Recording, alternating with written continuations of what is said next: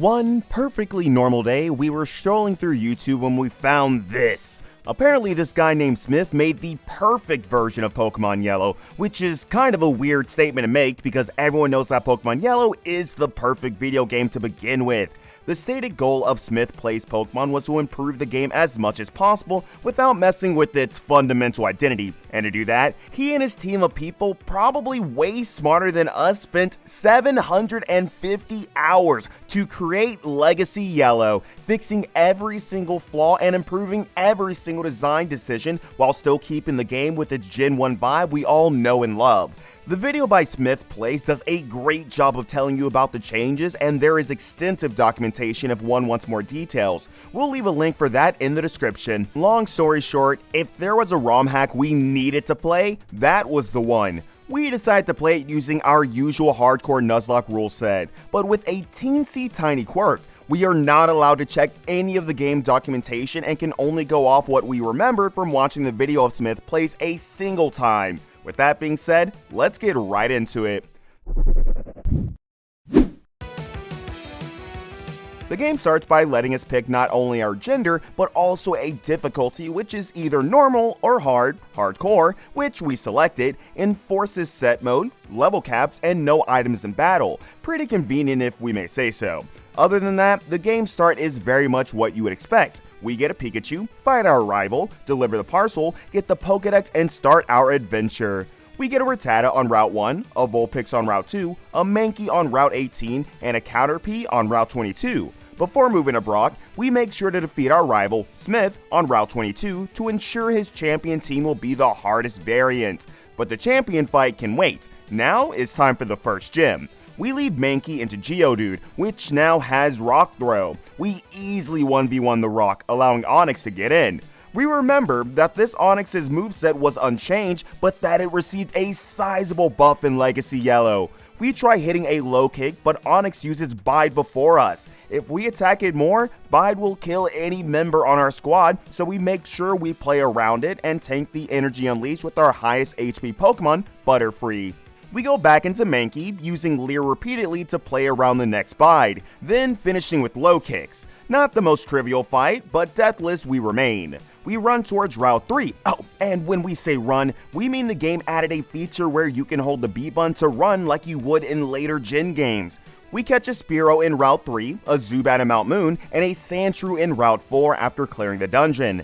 After an easy Rival 2 fight, where Pikachu got 2 kills and Fearow got 2 kills, we get a few more encounters. Bellsprout in Route 24, Abra in Route 25, which somehow stayed in the ball, Farfetch'd in Route 5, Magnemite in Route 6, and Drowsy in Route 18, as well as Diglett in Diglett Cave. With all the encounters acquired, we moved on to fight Misty, which Pikachu just clean swept with Thunder Punch. If this surprised you, this Pikachu is actually buffed to mitigate for the fact that it does not evolve and give it some mid-game presence instead of being the trashiest starter to ever exist. But long story short, Gym 2 is ours, and so far things are very easy. There's definitely nothing massively wrong that's just about to happen to us. Nope, not at all. We head into SS Anne, where we meet Smith for another round of brawling. We paralyze his Raticate with our Pikachu, then switch into our own Rat, getting hit by a Hyper Fang. We fear a crit Hyper Fang, so we go Fetch, which gets hit by a Hyper Fang. We are now again dead to a crit,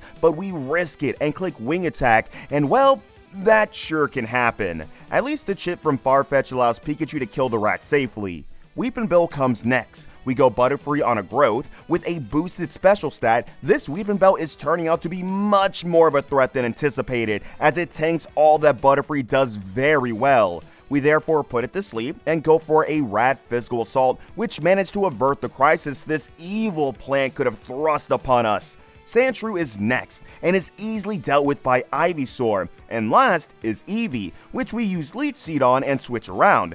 We eventually send out Sandshrew, and it's the healthiest member of our squad to deliver the finishing blow, and oof, big oof. Pikachu comes then for free and 1v1's Eevee, but 2 deaths is definitely a consequent loss for us. And speaking of consequent stuff, next is Surge, which is usually not a big deal in Yellow because he only has 1 Raichu, but here it is a big threat because it only has 1 Raichu. Smith Place has a very specific design for this gym, where there is only one opposing Pokemon, being a level 29 Raichu, but the level cap for the gym is set to 24 to make this one Pokemon stand out as a boss. Moreover, Raichu is given Thunderbolt, Surf, and Body Slam, which is excellent coverage for this point in the game, and to be honest, we are very grateful we remembered the moves it has because common answers like Diglett will get absolutely drowned. Before heading on to the fight, we went eastward of Cerulean, got ourselves a Lickitung on Route 9, a Nidoran female which we evolved into Nidoqueen from Route 10, and a Geodude from Rock Tunnel, which is ironically useless for the Electric Gym. Our strategy will revolve around paralyzing Raichu with our Pikachu, then chipping away at it slowly and as safely as possible. We leave Pikachu and click Thunder Wave. Our strat was kinda slammed turn 1, not gonna lie. We send Ivysaur and click Leech Seed. Raichu's Body Slam paralyzes us. Oh no, please hit the Leech Seed, please. Okay. We're back in the game, we go to Lickitung and chip it with stab moves, risking a crit in the process. We go Weepin' Bell, but a non-crit Body Slam does more than half to us, so we go to the Rats, surviving another hit. Our team thus manages to stall Raichu enough for Leech Seed to chip it down. A quick attack is all it takes to secure the win, albeit without Pikachu to be beside us anymore. We then proceed to get through Rock Tunnel, somehow recklessly losing Nidoqueen in the process, get through Lavender, find a Pidgeotto on Route 7 that whirlwinds us away. We also grab Doduo from Route 16 and Eevee from Celadon. Speaking of Celadon, it's time for Erica's gym. We lead Hypno, expecting a Victory Bell lead, but instead we get Tangela, which we still power through its Psychic. Hypno in fact solos most of the Grass Leader's team until she sends her ace Vileplume. We go to Fearow on a Mist Sleep Powder and hit a Drill Peck as Vileplume's second Sleep Powder hits us. We switch to Golbat and get once again put to sleep. This time, we elect to stay in as Vileplume uses Solar Beam. Solar Beam might not seem like the most dangerous move even until you realize it has been buffed to a base power of 180. Quite happy that we brought Quad Resist to this. Golbat easily walls even this massively powerful move and finishes the fight once it wakes up. We then proceed to have fights with Giovanni 1 and Rival 4, which were not that threatening. Get a Ghastly in Pokemon Tower and the Pokeflute, immediately getting access to Fuchsia City by way of Cycling Road. In Fuchsia, we get Kabuto from the guy who usually gives you a good rod. We also get Rhyhorn from Safari Zone, Oddish from Route 15, and Pidgeotto from Route 14 and go to Challenge Koga. We lead Dugtrio, as it is good into Poison, but find out that Koga outleads us with Golbat. After hitting a massive Gen 1 slash, we get confused, so we go Rat and finish it off. Muck is next. We hit it once, but it seems we're facing a very tanky Pokemon, so we go Kabutops to resist its... Oh, really? We did not know about that. We send out Dugtrio, which manages to one-shot both Muck and Tentacruel, as well as damage Venomoth. Lastly, we go Hypno to finish the bug off, winning us the 5th badge.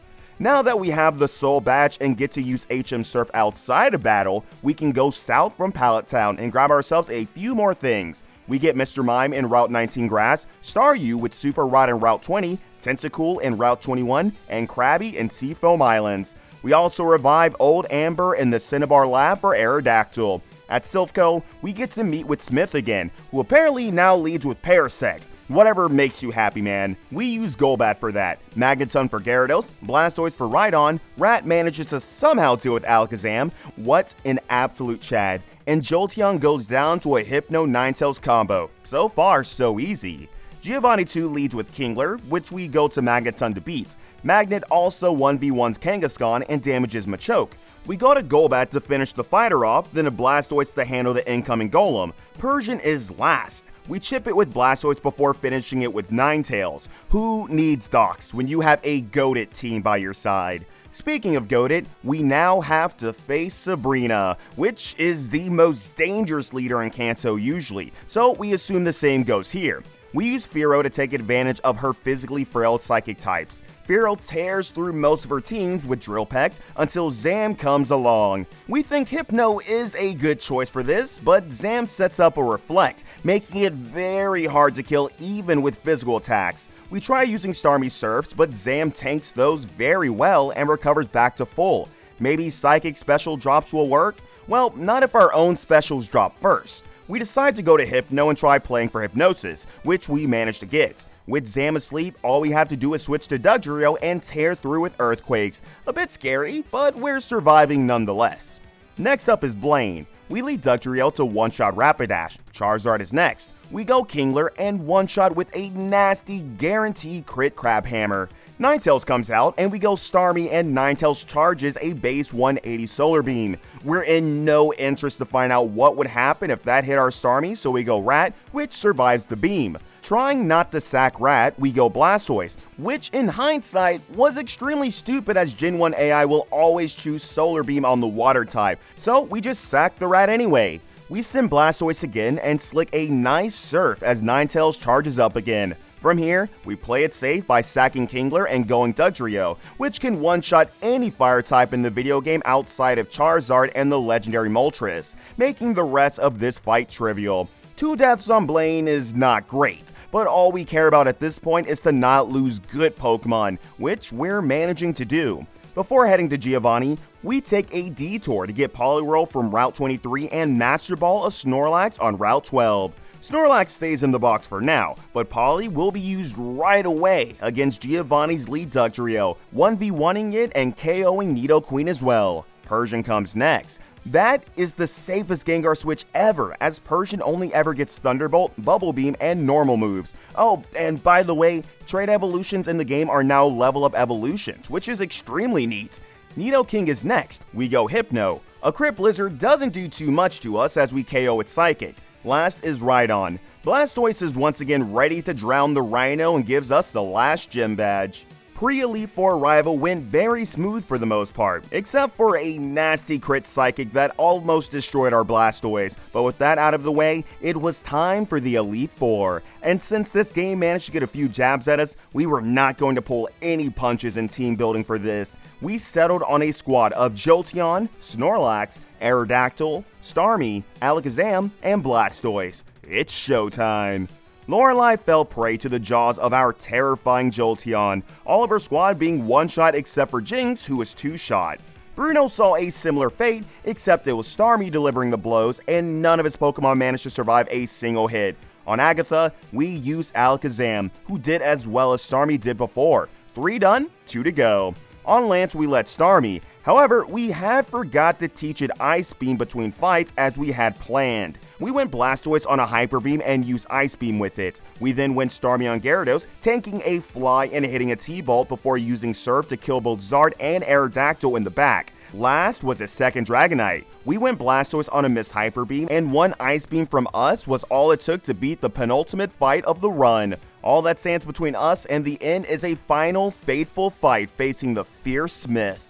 Not knowing what Smith was going to lead, we sent Blastoise up front. The lead turned out to be Zam. We got paralyzed by a Thunder Wave, hit a Strength, got almost KO'd by a Psychic, and then got fully paralyzed. We switched to Starmie on another T-Wave. Surf was kind of being tanked by the Psychic monster, so we tried Psychic Special Drops, and then we realized this is bad. This Zam could easily PP stall all of our Pokemon. Our own Zam did not manage to score special drops. We went Arrow to maybe snatch a physical hit, but we got crit by a Psychic. Uh-oh. Well, let's send our paralyzed Starmie and hope it somehow pulls through.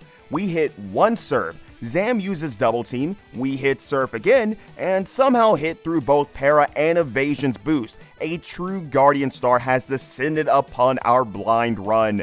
Rhydon is sent packing with another Surf. Gyarados comes out. We sack our almost dead Blastoise and KO with Jolteon. We also 1v1 Arcanine, getting Egg in. We paralyze it, but have Jolteon faint to Psychic attacks. We play very poorly by using the last PP of Psychic on Egg instead of saving it, and we hard switch to Snorlax instead of sacking Starmie or Zam for a clean switch. From here, it's up to Lax to win as nothing can deal with Jolteon. We spam Body Slam and pray, spam Body Slam and pray, spam Body Slam and pray, and Jolteon goes down. We win! Our kind of sort of blind attempt 1 of Pokemon Yellow Legacy was the run. So this was an incredibly fun run. This game had a ton of tasteful quality of life features, nice design decisions, and has managed to be the Gen 1 experience it wanted to be in our opinion. We strongly recommend you try it and find out for yourselves. And as always, don't forget to like and subscribe, and tell us in the comments if there's other stuff worth trying out. Have a nice one.